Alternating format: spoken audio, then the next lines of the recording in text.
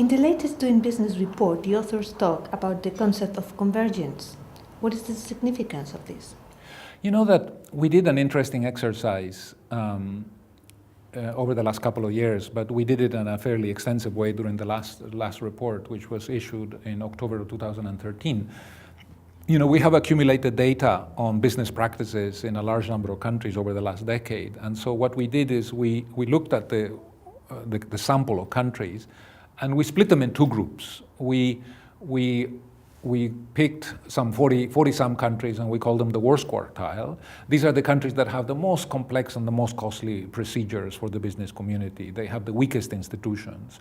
And then by a process of exclusion, you know, we have the best three quartiles. And then we went back to 2005, and we asked ourselves, you know, in 2005, you know, how many days did it take to get a business started, for instance, in both groups, the worst quartile and the best three quartiles? And what we discovered then is that in the worst quartiles, it took 113 days. In the best three quartiles, it took 29 days. And then you ask the same question, you know, what about 2013? Well, it turns out that by 2013, the times have come down in both groups. In the worst quartile, it has come down to 49 days, and in the best three quartiles, it has come down to 16 days. Now, the significance of these numbers, and I'm sorry, I think I'm inundating you with numbers, but I want you to focus on the following. The difference in 2005 between the worst quartile and the best three quartiles was 89 days. By 2013, that difference had been narrowed to 33 days. In other words, there has been a remarkable convergence. In the worst quartile, those countries with the most costly and complex procedures, with the weakest institutions, you know, they are catching up with the practices that we see in some of the better performing countries. Now, why is this important?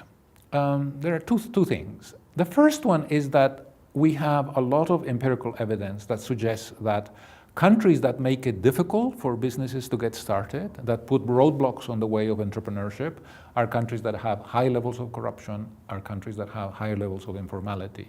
And therefore, because of that, they have a narrower tax base and have less resources to spend on, you know, things that will improve competitiveness. So the reduction in times has a real economic counterpart.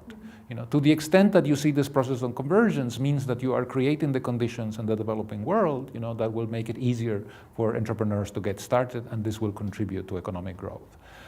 A couple more examples. For instance, if you look at the data on registering property, again, I won't give you the numbers in 2005 and 2013 for both sets of groups. I will just tell you what the difference was.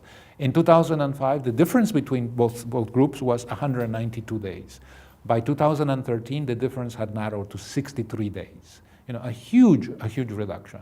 Again, it is not that we are pursuing an improvement in the indicators for their own sake. No, the reason why registering property is important is because, again, we have ample empirical evidence from the economics literature that says that property rights are very important.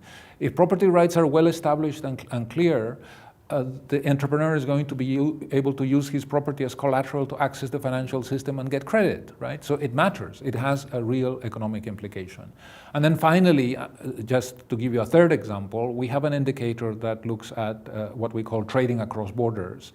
And so we can tell you how many days it takes for in a country to export a container through the port. And again, you compare the worst quartile with the best three quartiles. Then the difference in 2005 was 32 days, but by 2013 it had narrowed to 23 days. Again, why does it matter? Likewise, I appeal to the literature. There are studies that show that when you reduce the time that it takes to export through simplification of formalities and reductions in red tape and bureaucracy and so on, this boosts the volume of exports. In fact, a one-day reduction in the time that it takes to export leads to a more than 1% increase in the volume of exports. And if we are talking about agricultural exports, which are quite common in developing countries, the elasticity is higher. It's more like 3 to 4%. And so it seems to me that convergence matters because development economics, to a great extent, is about convergence. is about creating in the developing world the kinds of conditions and institutions and levels of well-being that you see in countries like New Zealand and Sweden and Denmark. And from that perspective, what is happening with the doing business indicators is, I think, very, very encouraging. Let me mention one more interesting exercise that we did in the context of this work at the World Bank. That it turns out that the bank, there is something called an entrepreneurship database, and we looked at the data for 2012, and we discovered that in 2012, in 107 countries, which is what the database covers, which account for a good chunk of the global economy, in 107 countries, 3.1 limited liability companies were established in 2012. Then once we had this information, we asked ourselves, how many days did entrepreneurs actually spend in 2012 setting up these companies, right? We can get at this number because for each one of these 107 countries, we know from the doing business data how many days it takes to set up a business, to open up a company. And it turns out that 46.9 million days were spent by entrepreneurs setting up these companies, right? I mean, this is thousands and thousands of years spent, basically fulfilling bureaucratic requirements, right? The next question we asked ourselves is, how many days would have been spent if every country had actually followed best practice? Right?